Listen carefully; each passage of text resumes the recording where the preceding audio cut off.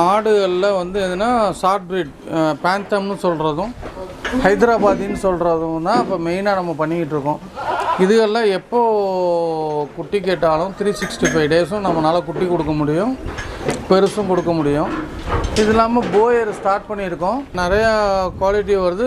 இதில் மினிமமாக வந்து ஒரு 20,000 பேர்லேருந்து நல்ல ப்ரீடு வந்து 40,000 வரையும் போகுது. இது ஹைதராபாத்திங்கிறது எல்லாமே இது டிபெண்ட்ஸ் அப்பான் இந்த காது குவாலிட்டி சார். இதை நான் வந்து எல்லா ஃபார்மர்ஸுக்கும் சஜஸ்ட் பண்ணுவேன்னா கிடையாது.